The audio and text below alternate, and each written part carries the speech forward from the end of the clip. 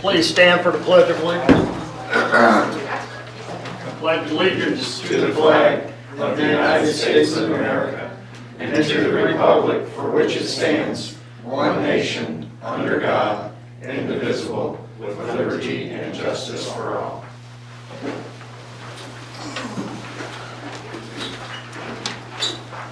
Okay. Thank you for all being here and those watching on TV. Mayor's report. Not really. The only thing I wanted to comment, most people are aware and upset about is the pool being closed, out of our control.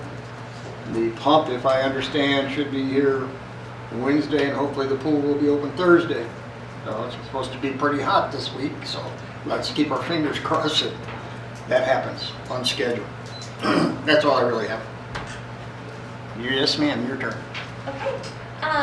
I'll just thank everyone for their cooperation and their patience with the detours due to the bridge. Took us first a day or two to get some of the detour signs worked out.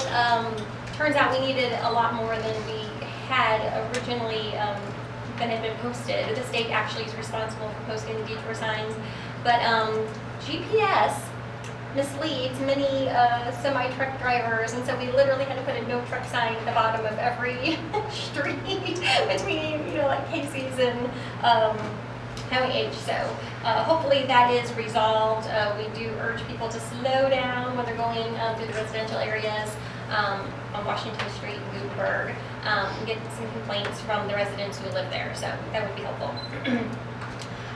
Sales tax. We finally, with the fiscal year, we have received our final sales tax deposit. It was really strong this year. We finished the year just 1.5% down from last year's all-time high. So I thought that was really, really good. I was really happy with that. The budget, we'll hopefully be doing the first reading of that tonight. I owe you a budget summary letter, and we'll pull together some supplemental information and some charts and graphs, and hopefully have a nice bound copy for you at the next meeting for the second reading. Also at the next meeting, just as a way of reminder, we'll have an ordinance and a resolution for the semi-annual budget amendments. And there's always more here at the end of the fiscal year than there is mid-year, because we're kind of cleaning up the budget and everything before the audit for any of those unexpected things that came through during the year. Wastewater bond meeting, just a reminder that we're having a public meeting. Joey McCliney is going to help us host that on July 8th, right here at 6:30 prior to the Board of Aldermen meeting. I need to start working on developing some public materials for utility, stuffer, flyers, Facebook ads, newspaper ads, things like that between now and probably over the next month. Also, as a reminder to the citizens, we have an annual fee every year that appeared on your bill this month. It is the Missouri sewer fee. It is a state fee, which we collect for them. It's per connection. So if you are just a residential house, it's only 80 cents. Commercial buildings are $3 and industrial $11. But if people are noticing an odd fee on their bill, that's what it is. We just collect that and pass that on to the state, and that's once a year. The water lead line inventory grant, it kind of got hung up at, well, that's been approved, of course, but our paperwork got hung up at the state. They're kind of overwhelmed. They finally have approved our contractor, which we chose Schulte Supply, the local folks, and hopefully we should have an ordinance for you to approve at the next meeting so that they can get started. And I just reported at the last meeting that the US cell tower was going to be installed shortly. Well, I just got an email today saying that there is a tree that needs to be removed where they need to drill the foundation for the new pole, and trees cannot be removed during active bat season. So if they can't find a way to work around the tree, it will be delayed until November for the bats. Okay. That's all I have. Thank you. Bats. Okay, thank you. Public Works.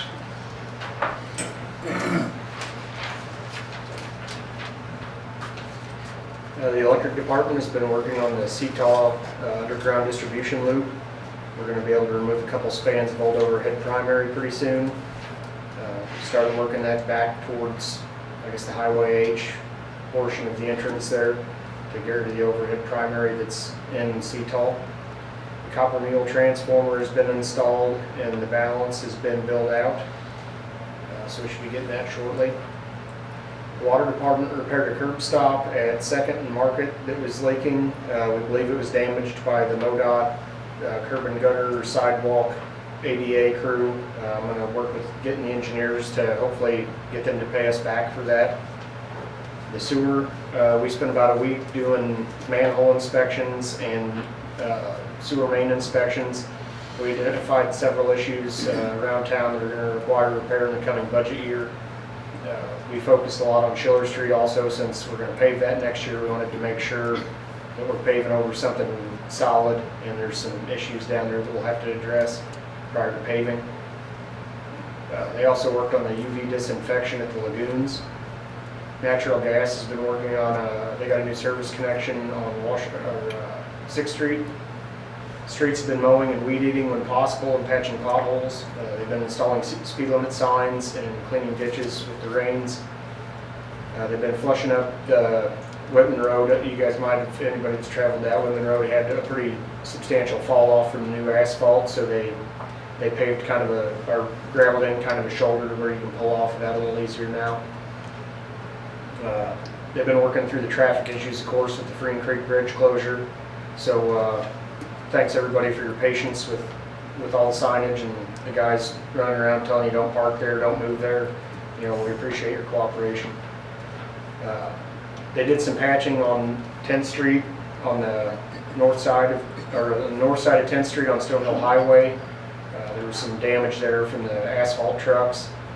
Parks has been mowing and weed eating and as weather permits, and then of course the pool pump issue. That pool pump was only 1.5 years old. The warranty is a year, but it was only installed for probably realistically about 14 months. So I'm gonna try to get that warranted. If we can't get it warranted, my recommendation would be we go ahead and have the one that they're not going to warranty rewound and keep that as a spare. That's what we did with the old one.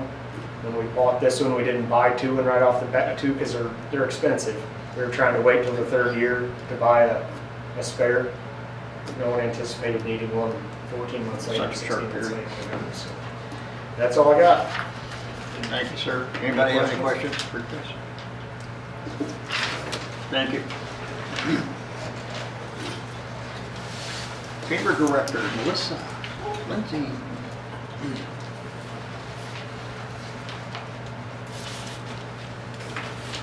Good evening. Hi. I'm going to go ahead and give everybody a copy of what I'll be reading. That way you can sing along.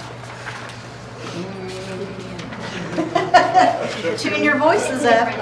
Yeah, this is just, I know you've got some handouts, but this is what I'm going through today. And then there's a little bit more information about opportunity funding in there. So first of all, I'm Melissa Lindsay, and I'm the Executive Director at the Herman Area Chamber of Commerce. And just want to start out by saying thank you for the opportunity to be here tonight.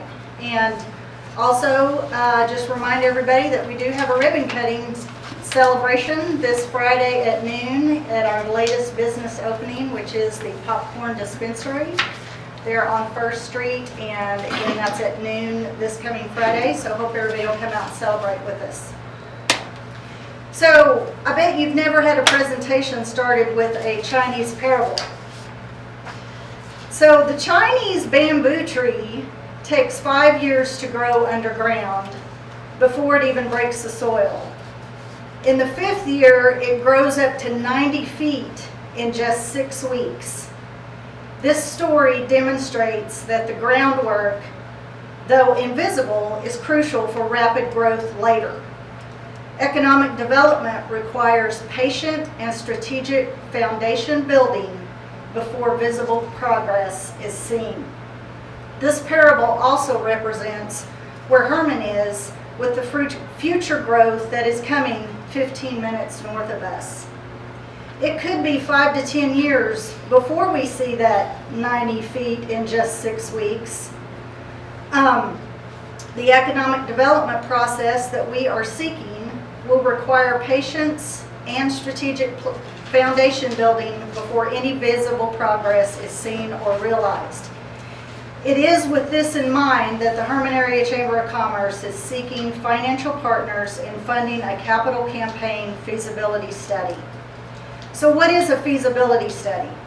It's an assessment of the practicality and potential success of a proposed project. In this case, it would determine the components and success of a future capital campaign. What are the benefits of a feasibility study? It identifies potential obstacles, provides a thorough analysis of costs and benefits, helps in making informed decisions, enhances the likelihood of the project's success, and provides a roadmap for implementation. The Herman Area Chamber has partnered with Opportunity Funding to conduct a capital campaign feasibility study. What are our goals and objectives? Well, on March the 5th of 2024, the Chamber invested $5,000 and hired Opportunity Funding to lead an unprecedented event where community leaders from Montgomery and Gasconade counties and the city of Herman spent a day-long retreat focused on identifying the opportunities for future growth and opportunities as a region. In the breakout groups, we began to envision what our economy and community should look like in 5 years and what initiatives would be needed to realize that vision. The top priorities are identified there in your list, and in the interest of time, I won't go through all of them, but the top 5 were housing, workforce development, infrastructure, industrial park reimagination, utilization, and riverfront development, and tourism.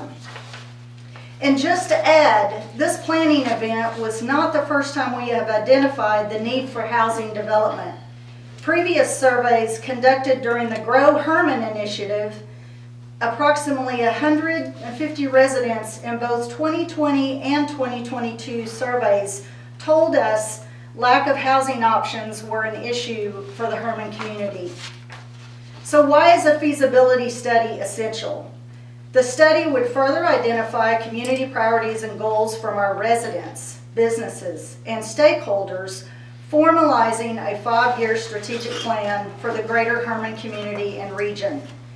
It would ensure a future capital campaign aligns with community needs, preferences, and strategic plan priorities, evaluates the financial viability and sustainability of a capital campaign, identifies potential funding sources and partnerships, assesses risks and mitigation strategies, and provides a detailed implementation plan. What could be the consequences of not conducting a feasibility study? Increased risk of project failure, potential financial losses, misallocation of resources, and negative impact on community trust and support. So the total cost of the feasibility study is $30,000. We do have a potential for a $2,500 discount if we are able to make this decision by June the 13th. So my funding request amount that I'm making to the Herman City Board of Aldermen is a $5,000 minimum request. The justification for the requested amount is an amount consistent with the level of commitment already committed to by other partners in the future growth of the Herman area. Prior to the approval of the City of Herman to join the Greater Montgomery County Port Authority, the Chamber and HRED spoke with more than 50 businesses and individuals who signed letters of support for that effort. It was very clear to them and many others the potential positive impact coming to our area. Currently, we have financial commitments from the Herman Area Chamber of Commerce, Community Foundation of the Herman Area, and the Industrial Development Authority to contribute towards the feasibility study. Additional commitments have been solicited from business owners, banking institutions, and next week I'll be speaking with the Rhineland City Council. The Herman Area Chamber of Commerce requests the City of Herman collaborate with the Herman Area Chamber of Commerce and other entities in further strategic planning for our region by committing funds to the proposed capital campaign feasibility study process. Now that we have built initial momentum by becoming part of the Greater Montgomery County Port Authority and as a region drafting initial priorities for what we want to look like in 5 years, we must keep moving forward with these steps. Thank you again for the opportunity to speak with you tonight. Together we can ensure the success and sustainability of Herman's future development projects and be intentional with the growth that benefits our most precious assets, that of our school system and our local hospital. Or said another way, let's be the lead role to determine what that growth comes, the growth that happens is for us and not to us. If you have any follow-up questions or concerns, please don't hesitate to reach out to myself or our chamber president, Colleen Murphy. Any questions? Anybody have any questions for her? I don't have one for her, I have one for Trish. How is this going to affect the comprehensive plan that the city is now working on? I mean, is this a duplication of? No. What the chamber is doing is strategic in nature, that is focused on economic development and action steps within 5 years. And so this feasibility study is really to see if they can do this capital campaign. And a capital campaign is going to involve them interviewing all the stakeholders and things in the community to see who might be willing to contribute to some funds that the chamber then would have on hand to actually initiate some economic development items. To be prepared for those projects when they come up. Yep. So we see it as a complement to the city's comprehensive campaign, and ours would be extended outside of the city limits because we know there's opportunity for economic development, whether that's housing or some other projects that are actually outside of the city of Herman. So this should really complement each other nicely. Well, I was just concerned because I think the bid came in at Merrimack Regional Plan for $55,000 and it was cut down to $40,000 because the city didn't have the money at that time to put the $55,000 to a comprehensive plan. I was just wondering. Sure. Thank you for asking. Any other questions? Anybody else? Thank you all again very much. You all want to move forward with, do we have room in the budget to do this? There are some leftover funds in the year that we're finishing out in economic development that we didn't spend for like travel and training and items like that. There's several $1,000s in there. As long as we have the money available, I feel we should support the chamber. So if someone would like to make a motion to do the $5,000? I'll make a motion that the city contributes $5,000 towards the chamber's study to help our community grow. Motion has been made. Do I have a second? I'll second that. Motion made and second. All in favor, aye. Aye. Any opposed? Sorry, I meant aye. I was slow there. So carried. There you go. Thank you. Very much. We have no public comments? Okay, we will move on to old business. Is there any old business? Does anyone have any new business? Silent group tonight. Very good. Okay, we'll move on to ordinances. Bill number 2024-31 on for second reading would be an ordinance to amend sections 220-190, 220-200, 220-210, 220-220, and 220-205 of the municipal code and prescribing a schedule of rates for refuse container leases for garbage and refuse collection and for limited service pickup. Just to reiterate, this does not increase any of the city fees. This is just to cover what Tri-County is increasing their fees 3.5%. Everybody clear on that? Any discussion? If not, do I have a motion to approve? I'll move to approve bill number 2024-31, second read. Motion has been made. Do I have a second? Second. All in favor, aye? Aye. Any opposed? So carried. Next is bill number 2024-34, an ordinance to elect changes under the Missouri Local Government Employees Retirement System. And if you look at this, this is the one we discussed at the last meeting. The sample or form that we got had language in it to the effect that at some point in the future, we may ask employees to fund part of the program. And I think the consensus was we don't ever intend to do that. And so this says the city will not require contributions from its employees to fund the benefits.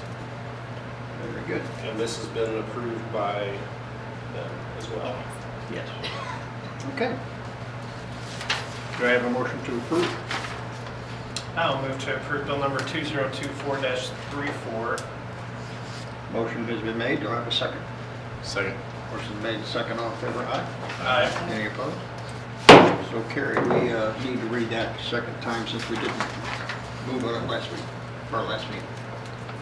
And bill number 2024-34 for second reading, an ordinance to elect changes under the Missouri Local Government Employees Retirement System. Second reading. Do I have a motion to approve? So moved. Motion made. Do I have a second? Second. Motion made, second. All in favor, aye? Aye. Any opposed? So carried. Next is bill number 2024-35, an ordinance to revise Herman Municipal Code Section 710.020 sewer service rates.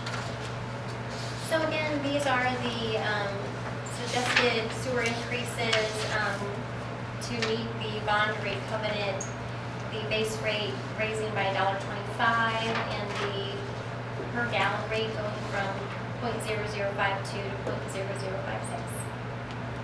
Okay. Any questions or discussion? If not, do I have a motion to approve? Move to approve. Motion's made. Do I have a second? Second. Motion made, second. All in favor, aye? Aye. Any opposed? Opposed? Ayes have it. Next is bill number 2024-36, an ordinance providing for the budget for the city of Herman, Missouri for fiscal year 2024-2025 and establishing a salary schedule for officers and employees of the city of Herman, Missouri for fiscal year 2024-2025. Okay, just a couple changes made from our last budget workshop. So the electric fund, we moved $50,000 from each of the reserve funds into the operating cash. So that change has been made. And in the expenses, as you'll recall, we took out all the capital projects except for the Schiller Street 4. When the revenue changes, that changes the transfer into general fund, so I did have to reduce the general fund revenue a little bit. Also reduce the carryover balance in 7/8 cents street tax to cover Whitman Road. We went ahead and we had enough allotted for this year that we could cover Whitman Road at the price tag of about $48,000. So that adjustment is made, and that is it. Very good. And this is all the information we have right now on the budget, these 4 pages. I've got it right here if you want it. Those are the only changes we made. So it's all reflected in your summary spreadsheet there. It's right here if you want it. I didn't want to kill another tree for like 4 or 5 changes. But we will get the whole one at the next meeting. Yes, ma'am. I don't feel comfortable approving a $15.8 million budget with 4 pages. That's the way I've done it every year, is that it's... Could be, that's just my... We just had the workshops and read through everything, so. I'm not gonna sit here and look through every page. Okay. Okay, do I have a motion to approve the ordinance? I so move.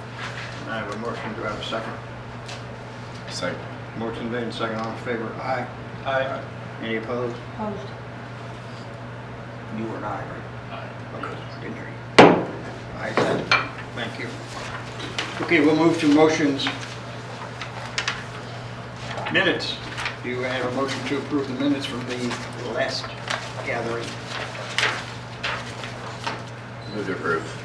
Motion made, do I have a second? Second. Motion made, second, all in favor, aye? Aye. Any opposed? So carried. Invoices for payment, do I have a motion to pay the bills? Or, yeah, pay the bill. I move we pay the bills. I have a motion to pay the bills, do I have a second? Second. All in favor, aye? Aye. Any opposed? So carried. Reappoints. Forgot my glasses. Gary Geisler, Mike Maddox, Bart Engelman to the Airport Commission. I do have a question. And Bart is fantastic. He did move out of town. Is that going to, that influence the I don't, that's not a airport restriction commission? for the airport commission. Okay. But thanks for asking. Do we have a motion to approve that? I'll move to approve. Motion made, do I have a second? Second. Motion made, and second, all in favor, aye? Aye. Any opposed?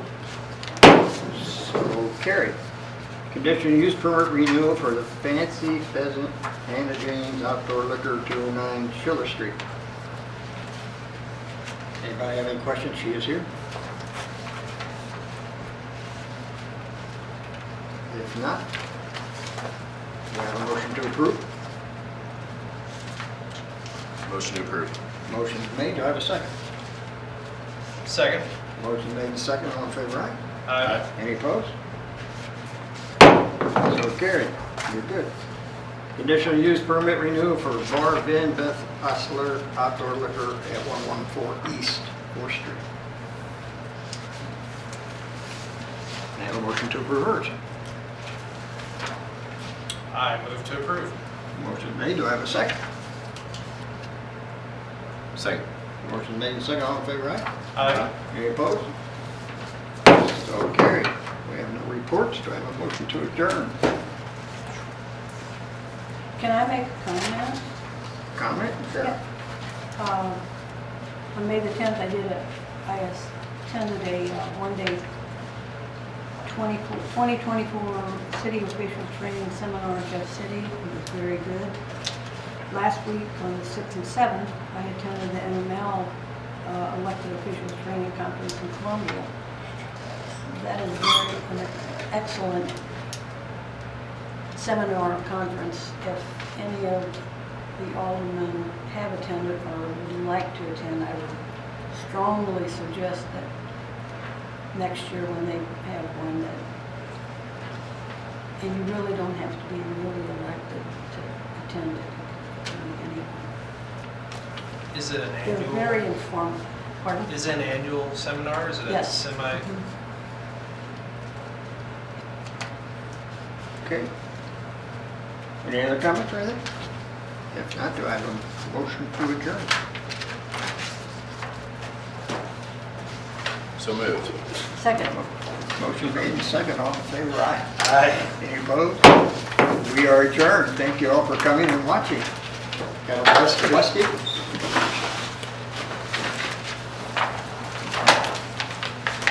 Come on, Derek, that's your thing. That's my thing. Okay. I don't know that's my thing.